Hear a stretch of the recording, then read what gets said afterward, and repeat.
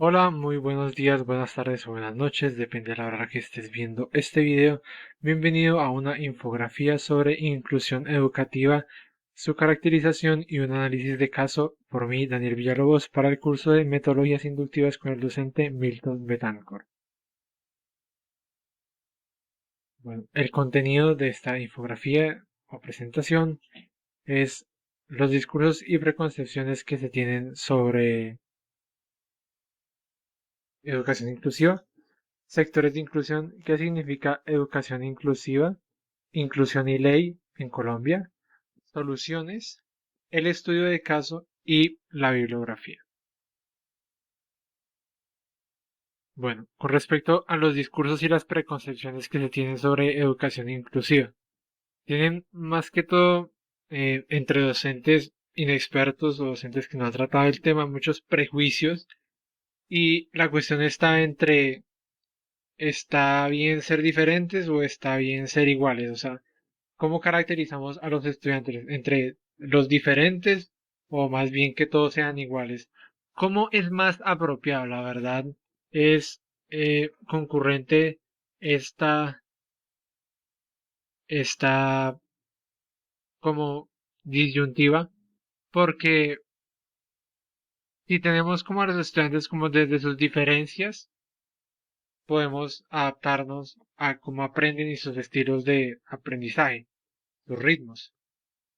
Pero también se está buscando como una igualdad desde las oportunidades. Entonces es como un concepto que se debe tratar con cuidado desde ese punto de vista. Y también está como el término adecuado desde el cual se debe tratar la educación inclusiva.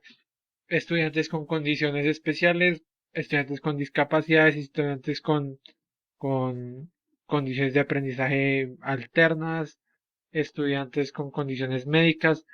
No hay como un término adecuado que realmente abarque todo lo que es la educación inclusiva, ni un término correcto.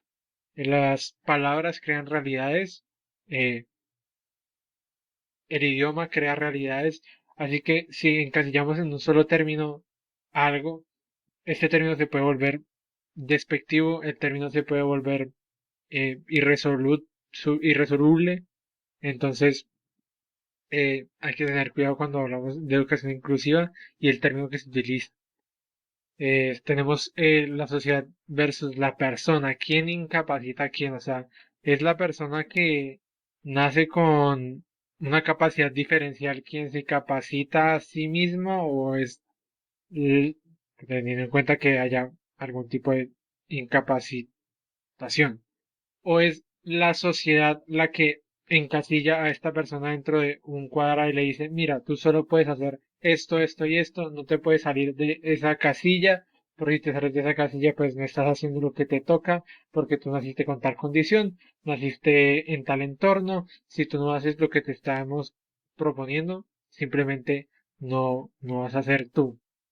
Hay que tener en cuenta la historia de la educación inclusiva, que solo se ha venido a tener en cuenta desde el último siglo, más precisamente desde la última mitad del anterior siglo y inicios de este siglo.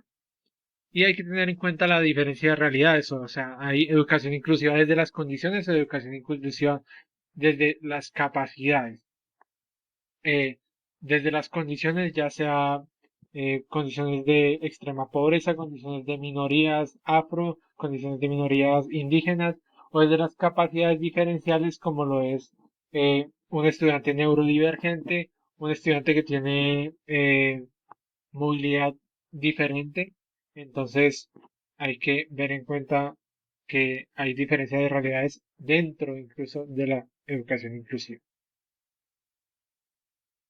Los sectores de inclusión, más que todo tenidos en cuenta en Colombia, son los indígenas, los afro, víctimas del conflicto armado, desmovilizados, mujeres, porque aunque no lo parezca, las mujeres aún sufren de cierta discriminación en el ámbito educativo.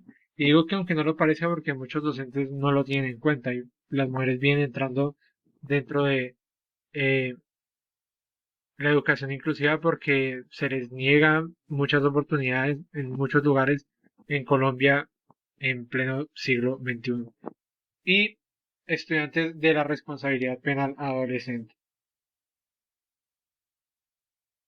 Bueno, ¿qué significa educación inclusiva? Significa igualdad de condiciones, que le entregues a ese estudiante las mismas herramientas que pueda necesitar un estudiante, entre comillas, que no tenga capacidades diferenciales.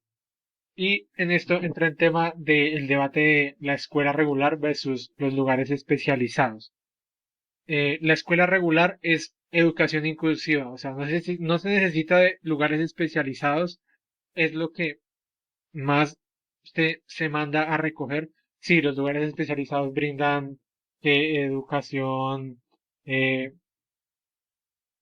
como su palabra lo indica, especializada, que brinda educación, eh, digamos, guías en braille para personas ciegas, pero la escuela regular también debería brindar guías braille para personas ciegas, que para las personas sordas brinda ayudas visuales. La escuela regular debería brindar estas ayudas visuales. Entonces, la accesibilidad viene desde el PIAR, que es los proyectos individuales de eh, adaptabilidad. Qué pena. Proyectos individuales de ajustes razonables que vendrían siendo, más adelante los vamos a tratar, los proyectos que se llevan a cabo para que un estudiante tenga un ajuste que sea razonable a la institución educativa y que sea razonable a la condición que no le está permitiendo acceder al conocimiento, a aprender de una forma igualitaria a sus pares. Y las estrategias generales y particulares que se pueden brindar dentro del aula es en sí la adaptabilidad. Bueno, en inclusión y ley tenemos como un historial de leyes de la inclusión muy fuerte, sobre todo desde la Constitución del 91. Actualmente eh, la educación inclusiva está normada por el decreto 1421 de 2017 y también está más específicamente para capacidades cognitivas diferenciales, la ley 2216 de 2022. Entonces tenemos que los recursos estatales se están brindando para la inclusión. Ya tenemos en cuenta que se están dando guías diferenciales, pero las guías diferenciales no son suficientes. Eh, en cifras, el 3,14% de las personas con discapacidad están matriculadas en el año 2016, o sea, solo un 3,14%. La mayoría estaba por fuera en hospitales trabajando, eh, en escuelas especializadas, y en la escuela regular solo el 3,14% en el 2016. Y hay que tener en cuenta la diferencia entre hombres y mujeres, porque los hombres tienen un mayor índice de capacidades diferenciales, pero las mujeres tienen un mayor índice de segregación. Entonces, como que no se puede tener en cuenta como que quienes, quienes tienen más, quienes se necesita más educación inclusiva, o sea, porque ambos están necesitando de igual forma. Y bueno, ya hablamos de los matriculados.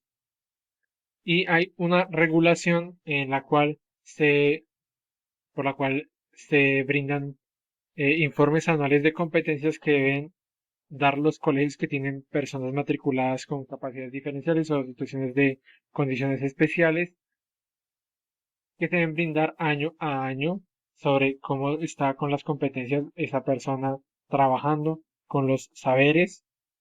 Se tiene en cuenta que el Estado está brindando subcontratación, es decir, si una institución educativa no está dando abasto para personas para educación inclusiva, se subcontrata escuelas privadas.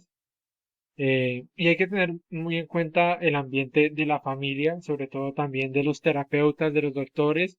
Y hay una figura importante que viene a jugar aquí, que ya dejo a cuestión de cada uno, que son los docentes de apoyo. Son estos docentes que están pendientes de el estudiante que tenga la condición diferencial, la capacidad de aprendizaje diferenciada, eh, para que todo el tiempo no se esté quedando atrás y esté como al día con respecto a sus pares. Las soluciones que se brindan como a la educación inclusiva en Colombia hoy en día son la caracterización pedagógica del alumno, es decir, individualizar el alumno, borrar esas etiquetas y formar comunidad. En la calidad de la educación, pues hay ciertos resultados esperados por las Naciones Unidas y estándares brindados por el Ministerio de Educación Nacional. Y desde los PIAR, dar inclusión desde pequeñas edades e integrar a los estudiantes, asimismo formando comunidad, borrando etiquetas, cerrando brechas, eh, y dando pues estos ajustes razonables, dando una calidad en educación y haciendo de el alumnado no solo ese estudiante que está por allá porque tiene cierta condición, cierta capacidad diferencial, sino que somos todos, estamos estudiando juntos y listo, vamos, si este estudiante tiene dificultades, vamos a ayudarlo. Si este estudiante tiene problemas en cierta materia, vemos cómo podemos hacer o sea, no es como que, sí, ese tiene esa vaina, entonces démoslo por allá y que se vaya quedando atrás poco a poco, no es como formar comunidad y así incluir desde la formación desde pequeño. Bueno, en el estudio de caso tenemos un problema, va adjunto a esta infografía la encuesta rellenada. Yo no he tenido la posibilidad de trabajar con con una institución educativa formalmente, pero he podido realizar mis prácticas en una institución educativa en varios momentos. Por confidencialidad, no voy a mencionar el nombre de la institución educativa, pero el problema más que todo que tenía era como que no se brindaba el bienestar para los estudiantes necesario, no se tomaban en cuenta, se tomaba en cuenta la inclusión en el aula, pero no fuera del aula. Me refiero no a- al área de descanso, sino más bien en el área administrativa. La parte del personal de ayuda o no estaba como capacitado para brindar educación inclusiva y no se tomaban decisiones adecuadas a veces, no se divulgaba qué era lo que se estaba realizando, no se tomaban las elecciones correctas, eh, y bueno, las soluciones son ser el cambio en el proceso, ya sea desde la práctica, desde lo que se puede realizar como docente en práctica, como docente de planta, como estudiante, realizar una caracterización apropiada de cada estudiante, tener en cuenta más allá el estudiante de su diagnóstico, de su condición, de un ser humano y pues vamos a brindarle la mejor educación que se le pueda brindar desde los planes de ajuste razonable. No subestimar los círculos como la familia, como el círculo social, como el círculo del barrio donde se está trabajando, porque ahí también se tiene que brindar educación inclusiva y se tiene que capacitar. Y entonces, bueno, eso es sobre el estudio del caso que tuve a mi disposición. Esta sería la bibliografía y eso sería todo. Muchas gracias.